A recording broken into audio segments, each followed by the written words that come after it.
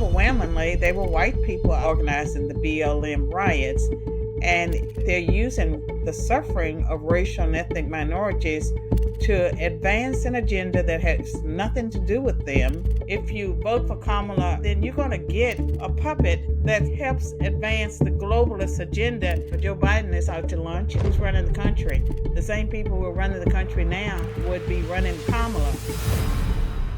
Our founding fathers here in this country brought about the idea that you and I have within ourselves the God-given right and the ability to determine our own destiny. The only way they can inherit the freedom we have known is if we fight for it, protect it, defend it, and then hand it to them with the well-taught lessons of how they in their lifetime must do the same. Freedom is never more than one generation away from extinction. Nowadays we hear a lot about a thing called D.E.I. I like to refer to it as not diversity, equity, and inclusion, but did not earn it. That's oftentimes what it turns out to be, that many people of minority races are just given things because of their race and not about their merit. So here to talk about much of DEI, a couple other things with education, and really looking to the next generation as a best-selling author, political scientist, really all-around great human being for people that I know her and have told me about her, is Dr. Carol Swain. So, Carol, thanks for joining us today. Well, thank you, Christian. And I would just like to add to your comment about diversity, equity, and inclusion being didn't earn it. And I'm going to expand the number of minority groups that benefit from DEI to include the members of the LGBTQ community.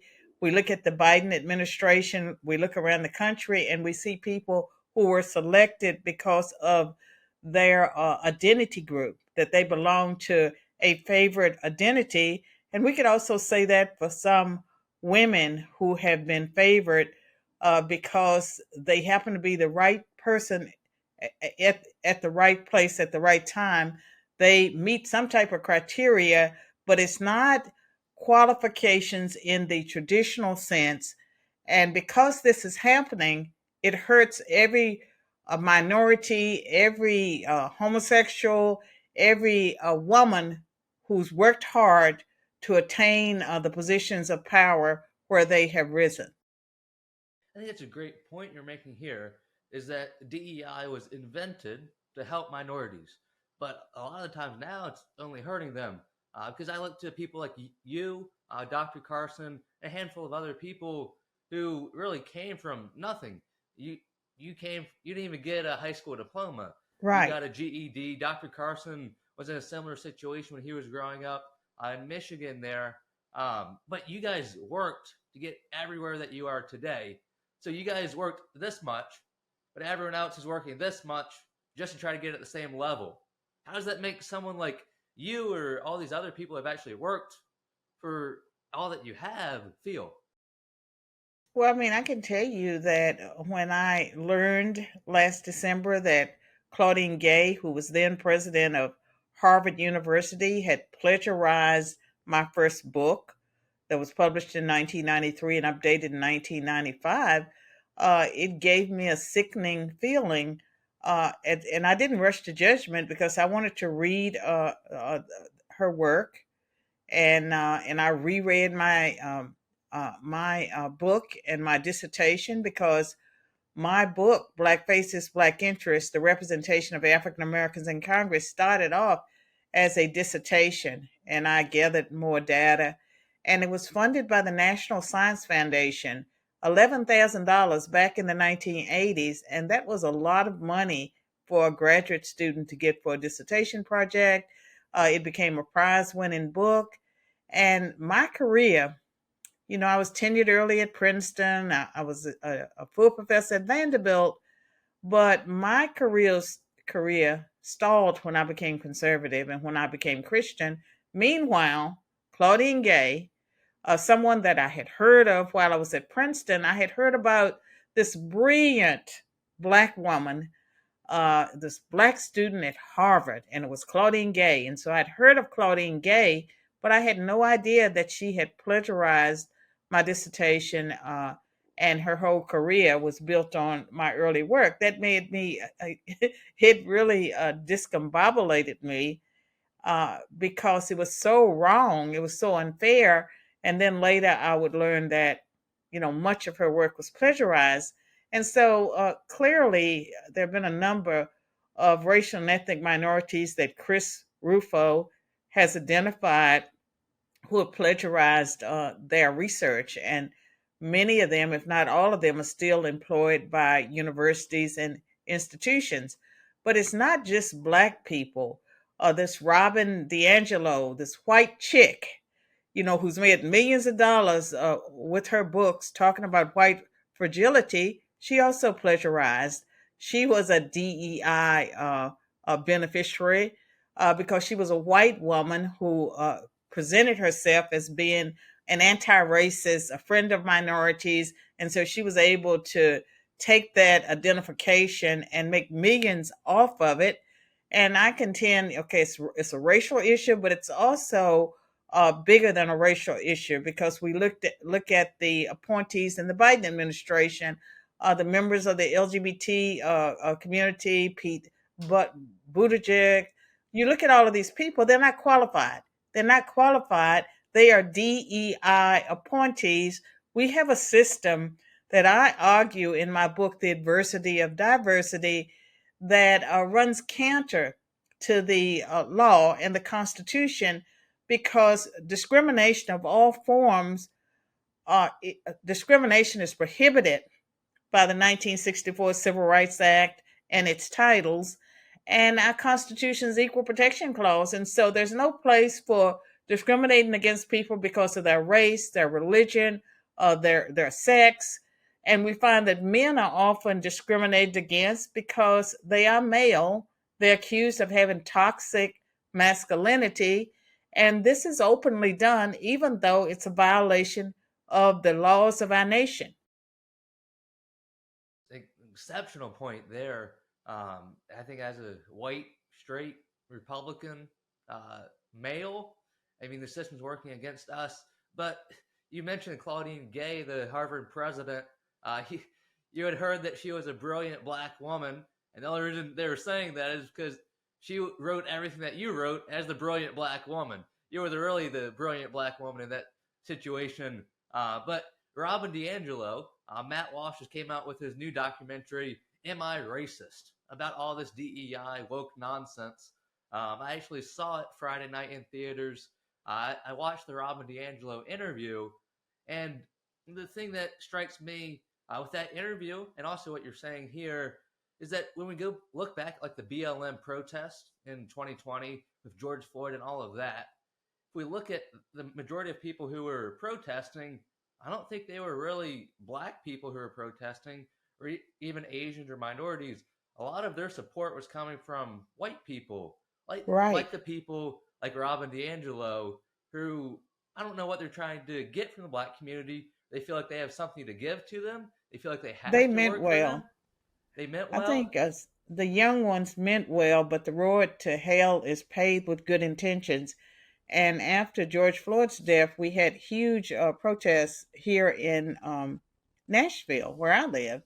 And overwhelmingly, they were white people out there protesting and organizing the BLM riots. And, if you dig deep in my work uh, and the works of other people who have studied Antifa and BLM, we know that these are Marxist organizations, and I would argue that they're using the suffering of racial and ethnic minorities to advance an agenda that has nothing to do with them. And their ultimate goal, I would say, is to bring down America. No, and it certainly looks like that. And they want to destroy America. But you mentioned the point that they have good intentions in marching for this. Some of them do. The ones that are being, you talk about Gen Z. I would say that Gen Z and Gen Alpha have been sold a bag of goods, and they have been guilted out, totally guilted out. Many of the whites have been indoctrinated to believe that they should be ashamed of themselves and their ancestors, and that everything that they have is unearned. And if they were fortunate enough to have two parents and to have been raised in a family where people loved each other and didn't try to kill each other, that somehow that's white privilege and that's bad. I'm here to tell you that anyone who has a mother and father who loves them is privileged. We used to call that a blessing. It's nothing to be ashamed of. And I think we've just lost the objective truth of that matter, and they're trying to make us feel apologetic for the blessings that we have, like you're saying. Rather, we should be striving to give those blessings to others and help them have those blessings. But in your book, Adversity of Diversity, it came out right after that Harvard Supreme Court decision Right. last February. Alan Dershowitz wrote the foreword there, where Harvard, correct me if I'm wrong, Harvard, these Ivy League schools, really schools across the country, were discriminating against people who weren't minority or weren't the race that they really wanted to come to their school. Is that correct? Break down that case for us in your book. Well, I can tell you the students for fair admissions were Asian students at the University of North Carolina at Chapel Hill and Harvard, and they were suing about something that has been taking place for decades. Affirmative action. Initially, it was really about ending discrimination. It very quickly became a racial preference program. And then it sort of escalated and morphed into DEI. And so the Asian students found themselves at a huge disadvantage. If you were to solely admit students on the basis of merit, the Asian students tend to have the highest scores, higher than whites, higher than blacks, and they would disproportionately dominate many universities. And so the institutions basically had a quota system that disfavored Asians and whites, but favored racial and ethnic minorities who were scored much lower and were less prepared for academic rigor in many cases. And that had been going on for a long time. And the reason my book was really the first one out after the decision is that I anticipated the fall of affirmative action. I anticipated it because I knew that it violated the Constitution's Equal Protection Clause, which protects all persons from discrimination, and that it violated the Civil Rights Act of 1964, Title VI. And I expected it to be struck down, and I also expected to have another bestseller. That was not the case, because what was the case is that Amazon, for example, largest bookseller in the world, it took them maybe 2 weeks to put my book up, and then I was told that it could not be reviewed. Now, the reviews are very important for a book to have reviews, and really, when it first comes out, my book couldn't be reviewed, and so I had to appeal that. And then Twitter was restricting my book, and just various social media platforms that you really need to sell a book. I was not getting the traction, and then it was very difficult to get media interviews. So I can tell you, a Christian, that I'm not sure I've sold 5,000 copies of The Adversity of Diversity, even though the book was spot on, and it looks at the corporate world as well as higher education, and it argues that we can have diversity in America without discrimination. What we really need to do is go back to the original intent of the Civil Rights Act of 1964 and its extensions, as well as the Equal Protection Clause. We got it right in the 1960s when we passed 4 civil rights laws, and we need to go back to the original intent. And DEI and CRT, critical race theory, has no place in America. No place it has. You mentioned the original intent there. That's really the key in most of the constitutional issues we're facing today across the board. We've lost that original intent, and we've gone towards more of the approach that the Constitution isn't. It really is a living document that they're saying. That's the problem that we're facing. But about the education aspect of it, what do you think that all these colleges and universities, they want to be ranked the highest. They want to be the most prestigious school in the country. And for the most prestigious school here, they're top 10, they're one of the best in the world. What do they want? The best students coming to them, not just the ones with the most melanin or the ones with the ones that they choose. Don't they want the Well, best? they've lost their way because when I was in college, of course, Marxism was around. And if you wanted a course in Marxism, you went to the philosophy department, or there might be some political science professors teaching it. But it had not permeated every sector of the university, every field, and every discipline. And colleges today are into social engineering. They want to remake the world in the image that they think is acceptable. And so they've lost track of academic standards and credentials. Like years ago, if someone was caught plagiarizing, whether it was a student or a faculty member, that would be the end of your career. They have pretty much legitimized plagiarism because when Claudine Gay was caught red handed, the response of Harvard was they tried to minimize what had taken place, even though there were nearly 50, and some people say more than 50 instances of plagiarism. They said it was duplicative language. And in the case of the work that the ideas she stole from me and the sentences and things, they said it was de minimis, meaning there was just minimum. In legal documents, they said it was fair use, even though there were no citations. And so we go on and on and on. The left likes to play word games. They do like to play word games. Think about Planned Parenthood. It sounds like a good thing, but it means the complete opposite thing. They're wordsmiths at the best. But I think the one thing that I think about is that when a college receives federal funding from the government today, they're required to have a diversity, equity, and inclusion office, which plays into their admissions process and the life on campus. I go to Liberty University. I think it's the most conservative school in the nation. Ranked this year, it hit the top instead of just top 3 or top 5. But even they receive federal funding.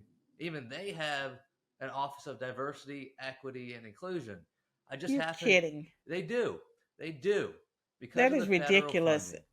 That is ridiculous. But I guess with the Biden administration being what it is, if that's the requirement to get the money, they're going to do what they have to do to get the money. But when President Trump was in office, he issued an executive order during his last year that banned DEI in federal programs. And so under a Trump administration, they would not be allowed to have that office. Plus, I would argue that those offices are in violation of the law. And you find around the country, in Texas, Utah, Florida, even in North Carolina, they are abandoning the DEI in public education. But I guess Liberty is a private school, right? They are private, but they They receive can, all I this. guess, they Yeah, can get away with more. But I would urge students and faculty and staff members, if you see a discrimination against you because you're not part of the favored group, document it and sue. and that was my next question to you. In the federal government, in a second Trump administration, what could we do? But let me ask you the inverse of that. If Trump loses, if Trump is not elected president, he's not sworn in January 20th, 2025. How much more damage do you think Kamala will do with all these DEI offices and putting CRT into schools?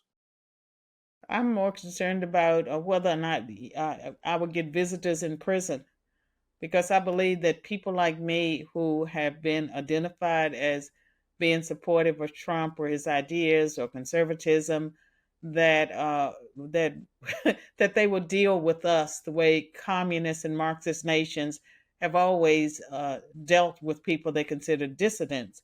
And so I believe that President Obama fundamentally changed America, that a Kamala Harris administration would destroy what's left of America. And so I don't see anything they would do other than to continue to pit groups against one another, whether it's homosexuals and heterosexuals, blacks and whites, blacks and Hispanics, uh, blacks and Hispanics against Asians, men against women, rich against poor. anything they can do to bring about conflict, because that's what they're about.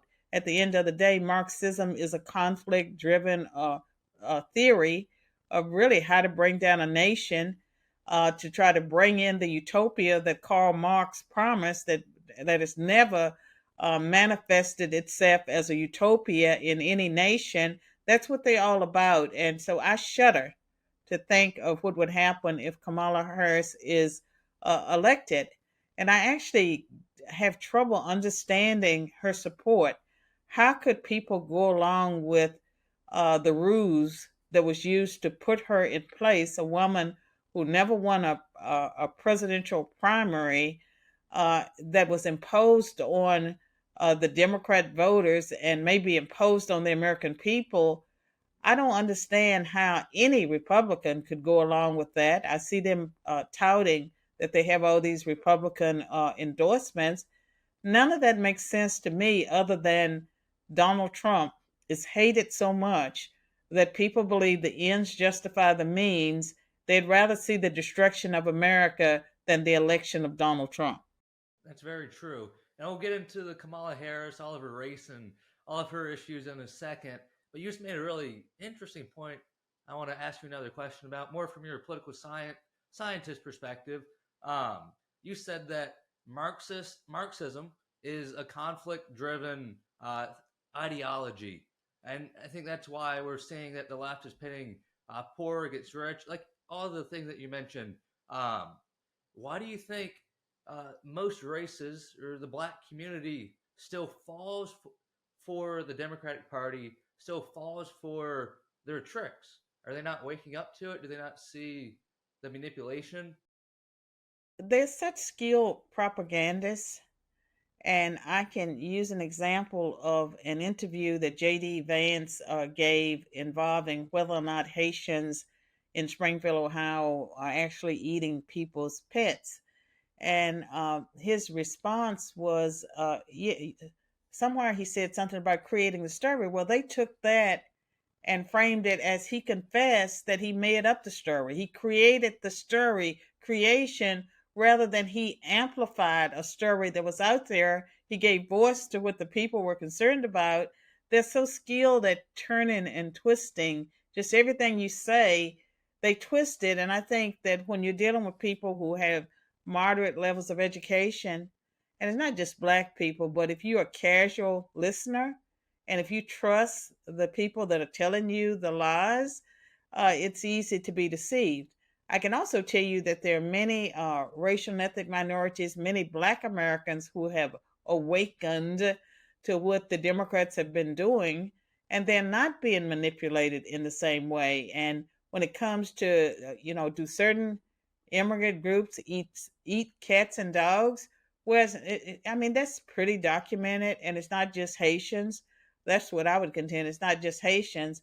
When they dropped 15 to 20,000 Haitians into a particular community, of course, people from a third world country, from a different culture, if they're going to do what they do. And so if they go to a park and there are all these wild geese and ducks walking around, of course they're going to hunt. And if they're cats, whether they're stray or whatever cat that wanders by, if that's what you've been eating at home, and it's okay at home to catch them and use them for food, well, why wouldn't people do that? That's part of their culture. And so rather than denying that it's taken place, if you had a society where the leaders really cared about assimilating people and dealing with real world problems, they would be focused on all of these third world peoples that have been brought into the United States, helping these people to understand our culture, helping them to assimilate to life in a first world nation. That's what they should be doing, but no, that's not what they're doing. I mean, import third world people, become a third world country. It's a pretty simple philosophy there. But the person responsible for that is Kamala Harris. And now she's running for president. Uh, After she didn't win a Democratic primary, she was just slotted in there after they forced Joe out from my home state of Delaware. You got to feel bad for the guy at some point. But she's not only the most Marxist, most liberal most communist candidate we've ever had in history. She's also the most unqualified. If we analyze her career trajectory, she only got to places because either she was a woman, she was black, or she slept her way to the top. And most people don't like to say that. But if we analyze it, those are the three things that come up. What would you say to Kamala Harris if she told you that she deserved to be president? After I finished laughing about it, I would point out the fact that, again, that she never won a primary, that they Joe Biden promised that his running mate was going to be a black woman, I believe, or a black person, and so the deck was stacked for her. There's nothing that she has done that would prove that she's qualified. Even she was not qualified to be vice president, much less be president of the United States. And it's a joke, and it is an insult to every American that they would try to sell us that, and that other people are like Dick Cheney and Liz Cheney and all of these names they're touting out of Republicans, the Bushes, anyone who has endorsed Kamala Harris. It's almost like they hate America. You would have to hate America and hate Donald Trump enough, or else you disrespect the presidency. If you disrespect the presidency, then it doesn't matter who's in place, because maybe the president doesn't have that much power. We don't know who's running the country now. The same group of hidden people, whether it's the World Economic Forum, whoever is running the country now, they would use Kamala Harris as a puppet, and they would just run her too. And so I guess these people know more than we do. They know that we're not really, when you vote for Kamala, you're not really voting for president of the United States in the way you would get a strong leader if you voted for Donald Trump, someone that has his own brain, mind, and agenda. If you vote for Kamala Harris, I want to call her something else. If you vote for her, then you're going to get a puppet that someone else is going to be pulling the strings. She helps advance the globalist agenda. She does not advance anything that would benefit Americans per se, as far as I can see. I agree with you. When we see all of these man on the street interviews, or someone's going around asking Kamala voters why they're voting for Kamala, they either say because she's a woman, because they want the first black woman president, or something along those lines. They can't really point to policy. And I like the point about the puppet. You're not really voting for Kamala, and she's not really going to be the one acting as president when she's in there. So that would contradict their reason to vote for her.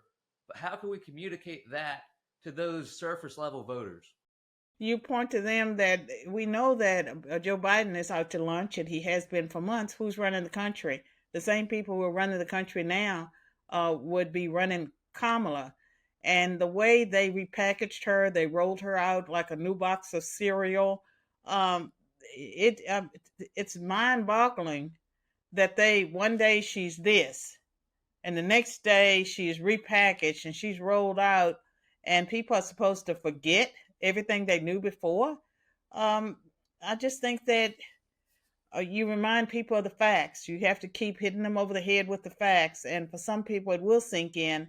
I believe that most Americans have common sense, and you don't have to have an education to have common sense. They go by their gut, and I think that those Americans will not be so easily duped, and that some of the women, you might stick a microphone in a woman's face and she might say she's supporting Kamala, but when she goes to vote, she may vote her interests, the interests of her family, so she's not going to vote for Kamala.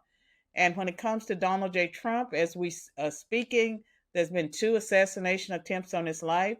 I believe that the people that want him dead because he's a threat to their globalist agenda, that they will not give up, and that the better he does in the polls, the greater risk his life is at. And I don't believe that these are lone wolves, these 2 would be assassins. I believe in both cases that these were people that uh, that were either recruited or that the FBI certainly knew they were out there or what they were doing. The FBI knows what it knows, and that they are quite comfortable with allowing a Trump assassination to take place because he is the candidate that they fear the most. And I think that that's the situation that we're in. I've got two more questions for you. One big one, one small one. Firstly, when we watched the debate the other day, I think Trump struggled to be on offense against Kamala. And I think he struggled on offense ever since she came into the race. He's never found that line that sticks with her. As if he says that she slept her way to the top, one, they could point back to Stormy Daniels on his side, all of his adultery there, and then they can also point the white suburban women voters are just going to be turned off by that, and he needs to gain ground there. And secondly, he can't just say that she's black or she's Indian, and that his best line is that she's a chameleon. She wants to be whatever she wants to be, but it doesn't feel like it's sticking that well. What would you say his best offensive strategy against Kamala is? Is it just policy, or is there any name that he can come up with?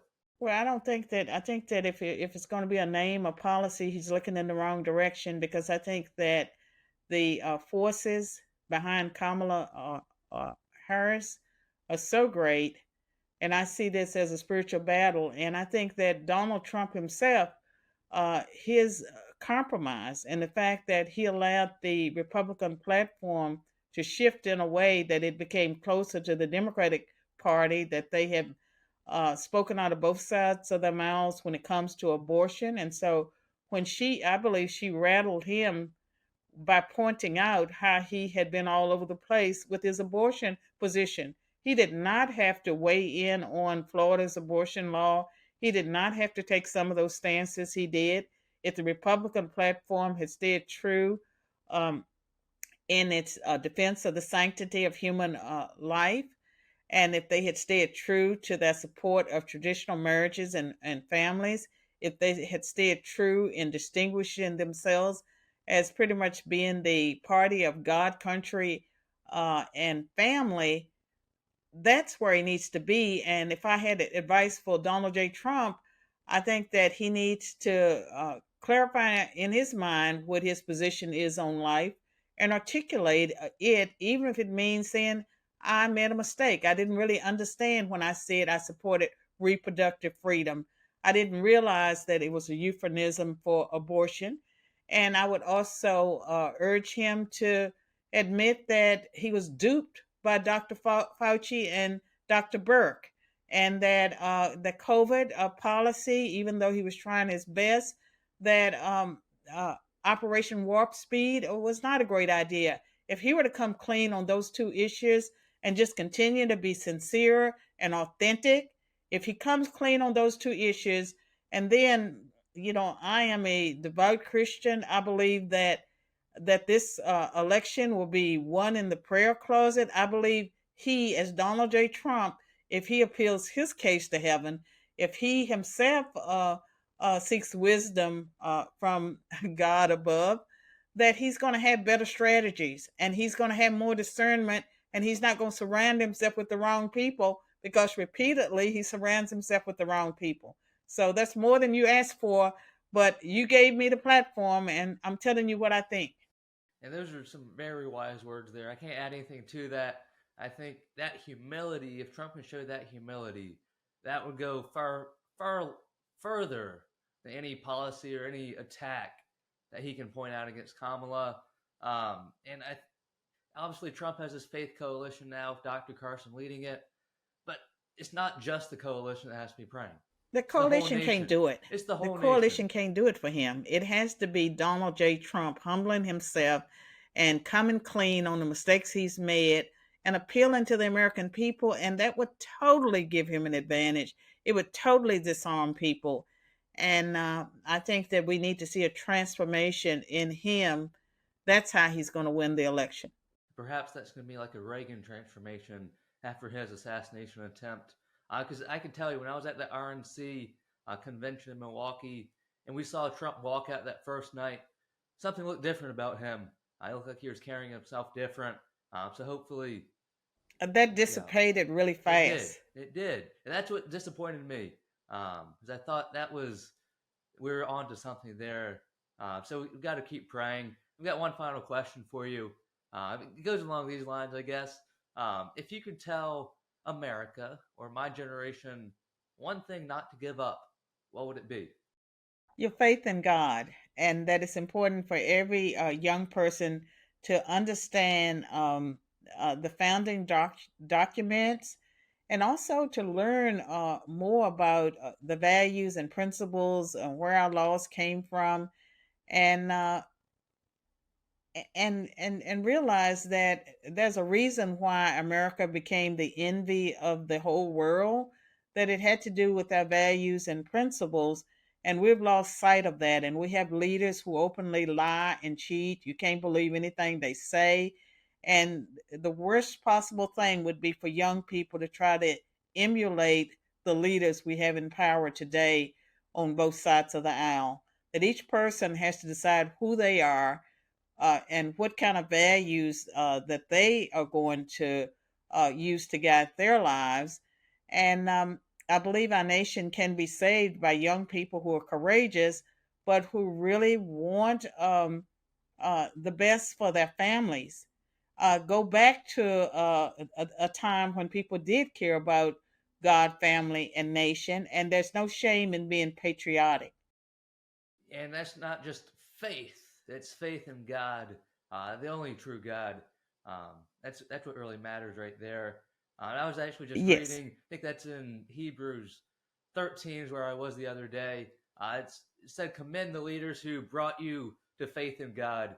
And you said the leaders today we can't really look to for faith in God, but look to the ones in your local church, even your parents, maybe, whatever they are. Look to those leaders, and we pray for the leaders of our country. Very wise words there once again. So, Doctor, But Christian, I want to say one other yeah, thing. Our churches have been compromised too. Marxists have infiltrated every institution. So if you're a young person and you really want to do what's best for your country and for your family and your future, you need to read the Bible for yourself, and you need to use it as a plumb line to measure up your religious leaders, because in many churches you have leaders who are not preaching the word of God. When the Pope says, there's more than one way, well, that is totally not what the Bible says. That's not biblical, and you need to have enough information and knowledge to know truth from falsehood. I mean that's exactly what Jesus was talking about with the Pharisees, all throughout the Gospels. Really, is actually knowing the word so you can keep your leaders even accountable when they stray, because you want to be kept accountable yourself by them, hopefully. And that's a whole other conversation about the church. I talked with Eric Metaxas about that a few weeks ago. So if anyone wants to understand more about the church and the wokeness and finding a good church, check out that interview with Eric Metaxas a few weeks ago. Um, Dr. Carol Swain, where can we find you on social media? Where can we see you? I am very active on X or Twitter, and I post several times a day. And most days I post some scripture and with a little commentary. And I'm on Facebook, Getter, Truth Social, but the real action takes place on my X page, and my handle is at Carol M. Swain, and I'm on Instagram, uh, Dr. Carol M. Swain.